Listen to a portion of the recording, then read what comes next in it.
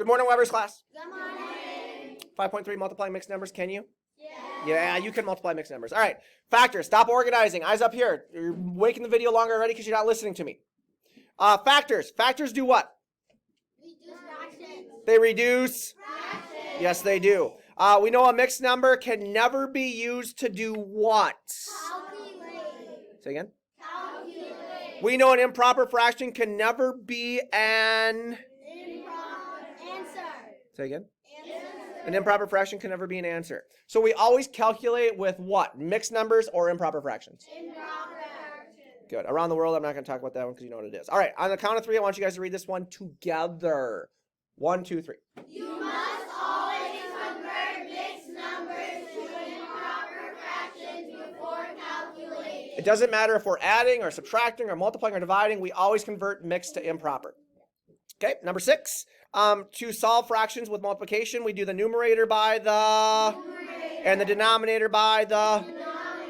and we're going to act like a parent right now, and we're going to say number 7 together on the count of 3. 1, 2... Wait. I didn't say 3 yet. On the count of 3. 1, 2, 3.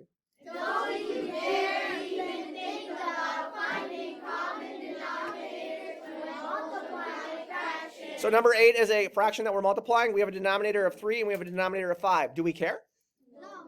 I need eyes up here, Nanya. Eyes up here. Do we care? No. So we just multiply the numerator by the numerator and the denominator by the... Denominator. Number 9, we have 1 2/3 times 2 1/4. What do I need to do first? Around the world. Well, first we check to see if we can reduce, right? Yeah. Can you reduce 2/3? No. Can you reduce 1/4? No. So we do around the world, right? Yeah. Once you do around the world, we have our improper fractions. We go ahead and we multiply. We have an improper fraction as our answer, yes or no? Yes. So we need to convert it to a... Mixed number. How about this guy right here? What should I do on 2 4/6 times 1 1/3? What should I do first? Reduce. If you look, I have 3 different options on how to solve this problem. I think the best option is to reduce first. So if we reduce 2 4/6 first, it makes the problem a lot easier. Yes or no? Okay, any questions? No. We good? Moral of the story is reduce first or early, right?